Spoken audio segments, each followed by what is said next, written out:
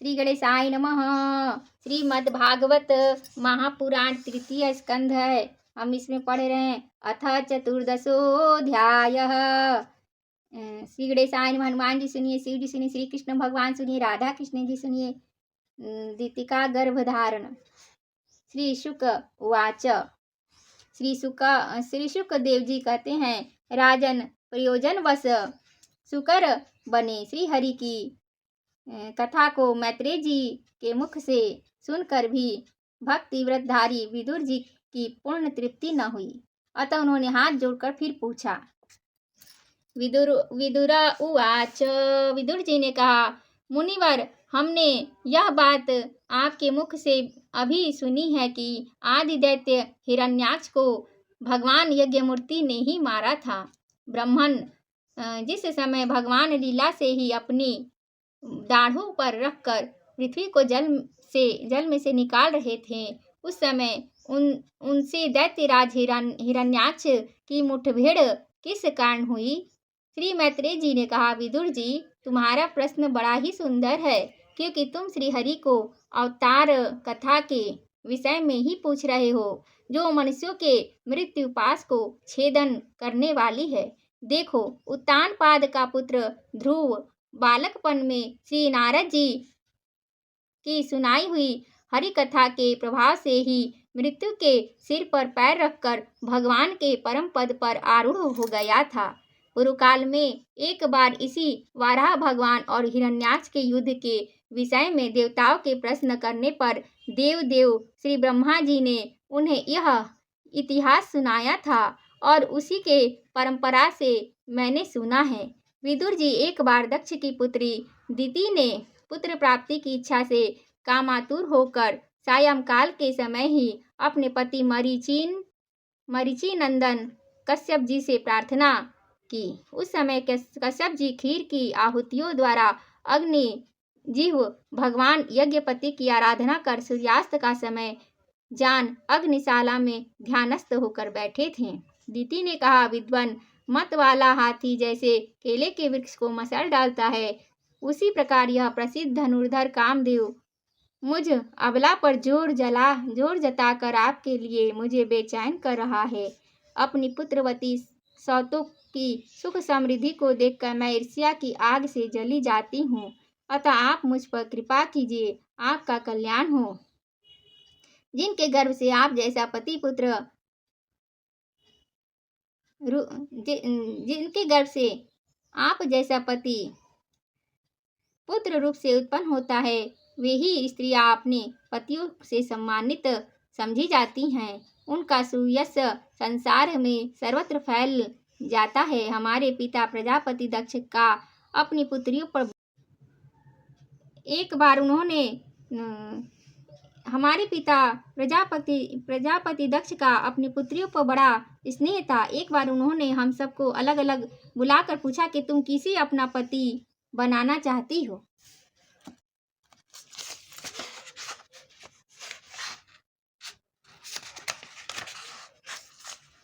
वे अपनी संतान की सब प्रकार से चिंता रखते थे। अतः हमारा भाव जानकर उन्होंने उनमें से हम 13 पुत्रियों को, जो आपके गुण स्वभाव के अनुरूप थी, आपके साथ ब्याह दिया। अतः मंगल मूर्ते कमल नयन, आप मेरी इच्छा पूर्ण कीजिए, क्योंकि हे महत्तम, आप जैसे महापुरुषों के पास दीन जनों का आना निष्फल नहीं होता। विदुर जी, दिति कामदेव के वेग से अत्यंत बेचैन और बेबस हो रही थी। उसने इसी प्रकार बहुत सी बातें बनाते हुए दीन होकर कश्यप जी से प्रार्थना की। तब उन्होंने उसे सुमधुर वाणी से समझाते हुए कहा, भीरु, तुम्हारी इच्छा के अनुसार मैं अभी तुम्हारा प्रिय अवश्य भला, जिसके द्वारा अर्थ धर्म और काम तीनों की सिद्धि होती है, अपनी ऐसी पत्नी की कामना कौन पूर्ण नहीं करेगा। जिस प्रकार जहाज पर चढ़कर मनुष्य महासागर को पार कर लेता है, उसी प्रकार गृहस्थाश्रमी दूसरे आश्रमों को आश्रय देता हुआ अपने आश्रम द्वारा स्वयं भी दुख समुद्र के पार हो जाता है। मानिनी स्त्री को तो त्रिविध पुरुषार्थ की कामना वाले पुरुष का आधा अंग कहा गया है। उस पर अपनी गृहस्थी का भार डालकर पुरुष निश्चिंत होकर विचरता है। इंद्रिय रूप शत्रु अन्य आश्रम वालों के लिए अत्यंत दुर्जय है, किंतु जिस प्रकार किले के स्वामी सुगमता से ही लूटने वाले शत्रुओं को अपने अधीन कर लेता है, उसी प्रकार हम अपनी विवाहिता पत्नी का आश्रय लेकर इन इंद्रिय रूप शत्रुओं को सहज में ही जीत लेते हैं। गृहेश्वरी, तुम जैसी भार्या के उपकारों का बदला तो हम अथवा और कोई भी गुणग्राही पुरुष अपनी सारी उम्र में अथवा जन्मांतर में भी पूर्ण रूप से नहीं चुका सकते। तो भी तुम्हारी इस संतान प्राप्ति को इच्छा को मैं यथाशक्ति अवश्य पूर्ण करूंगा, परंतु अभी तुम एक मुहूर्त ठहरो, जिससे लोग मेरी निंदा न करें। यह अत्यंत घोर समय राक्षसादि घोर जीवों का है और दिखने में भी बड़ा भयानक है। इसमें भगवान भूतनाथ के गढ़ भूत प्रेतादि घूमा करते हैं। साध्वी, इस साधु संध्या काल में भूत भावन भूतपति भगवान शंकर अपने गढ़ भूत प्रेतादि को साथ लिए बैल पर चढ़कर विचरा करते हैं, जिनका जटाजूट शमशान भूमि से उठे हुए बवंडर को धूलि से धूसरित होकर दीप्यमान हो रहा है, तथा जिनके सुवर्ण कांतिमय और गौ शरीर में भस्म लगी हुई है, वे तुम्हारे देवर ससुर महादेव जी अपने सूर्य, चंद्रमा और अग्नि रूप तीनों नेत्रों से सभी को देखते रहते हैं। संसार में उनका कोई अपना या पराया नहीं है, न कोई अधिक आदरणीय न निंदनीय ही है।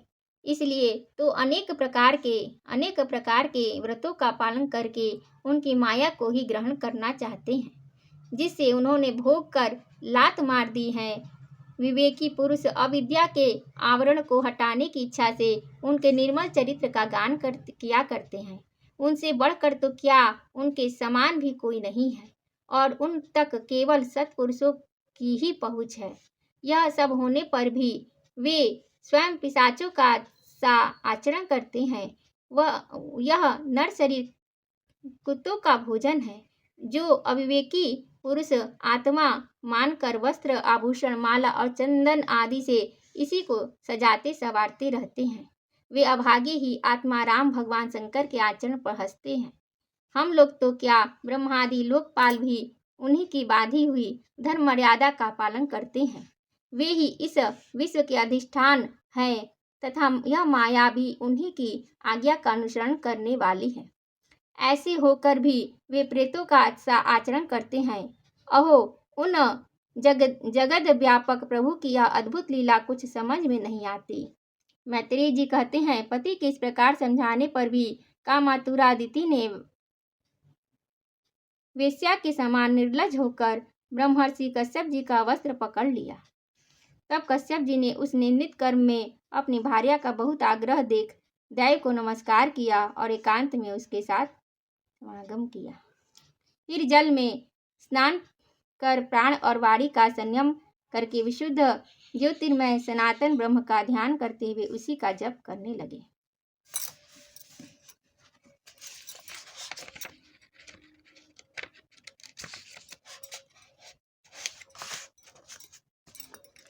विदुर जी दिति को भी उस निंदित कर्म के कारण बड़ी लज्जा आई और वह ब्रह्मर्षि के पास जा सिर नीचा करके इस प्रकार कहने लगी। दिति बोली, ब्राह्मण भगवान रुद्र भूतों के स्वामी हैं, मैंने उनका अपराध किया है, किंतु वे भूत श्रेष्ठ मेरे इस गर्भ को नष्ट न करे।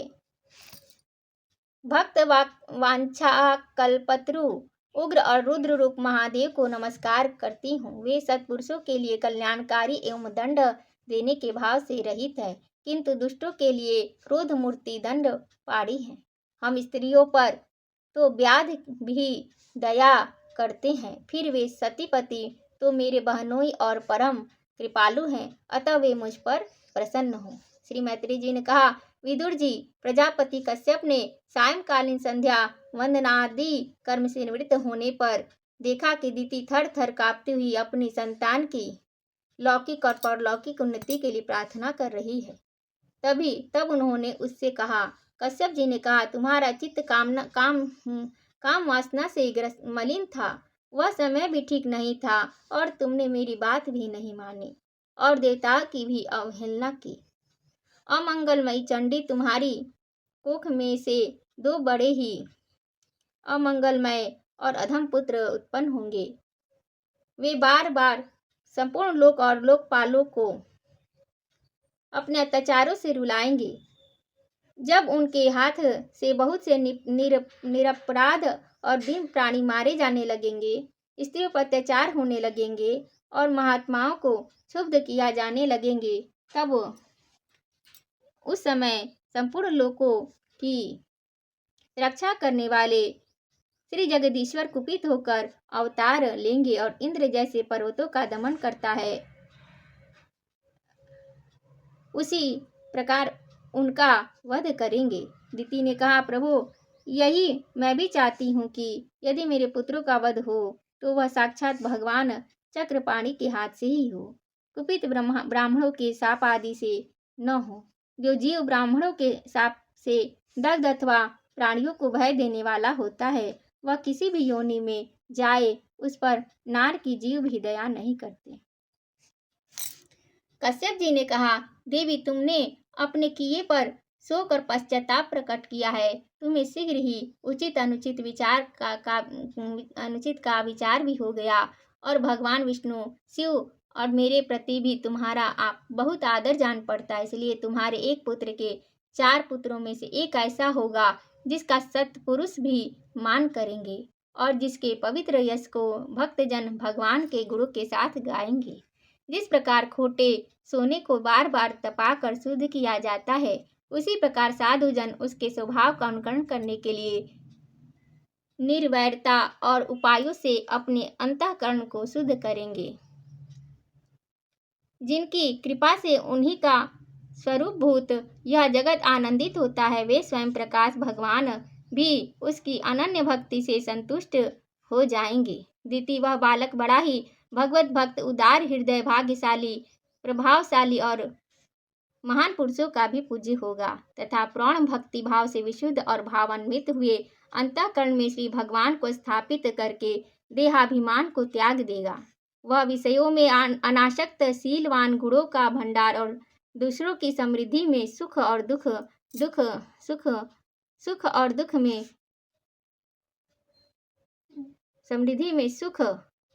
दुख में दुख मानने वाला होगा। उसका कोई शत्रु न होगा तथा चंद्रमा जैसे वह विषयों के अनासक्त, शीलवान, गुणों का भंडार और दूसरों की समृद्धि में सुख और दुख में दुख मानने वाला होगा। उसका कोई शत्रु न होगा तथा चंद्रमा जैसे ग्रीष्म ऋतु के ताप को हर लेता है, वैसे ही वह संसार के सुख को शांत करने वाला होगा।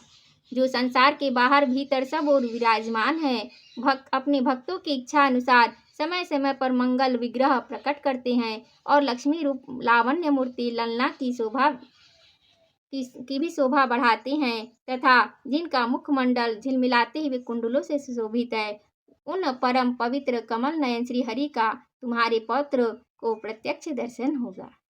श्री मैत्रेय जी ने कहा, कहते हैं, विदुर जी, दिति ने जब सुना कि मेरा पौत्र भगवान का भक्त होगा, तब उसे बड़ा आनंद हुआ तथा यह जानकर कि मेरे पुत्र साक्षात श्री हरि के हाथ से मारे जाएंगे और उसे और भी अधिक उत्साह हुआ। इति श्रीमद्भागवते महापुराणे पारमहंस्यां संहितायां तृतीय स्कंधे दिति कश्यप संवादे 14ोऽध्यायः। श्रीकृष्णार्पणमस्तु। ओं हरये नमः। ओं नमः पार्वतीपतये हर हर हर महादेव। नमः पार्वतीपतये हर हर हर महादेव। नमः पार्वतीपतये हर हर हर महादेव। जय जय श्री राधे, जय जय श्री राधे, जय जय श्री राधे। श्री कृष्ण गोविंद हरे मुरारी, हे नाथ नारायण वासुदेव। राधे कृष्णा, राधे कृष्णा, राधे कृष्णा, राधे कृष्णा, राधे कृष्णा, राधे कृष्णा। जय श्री राधे।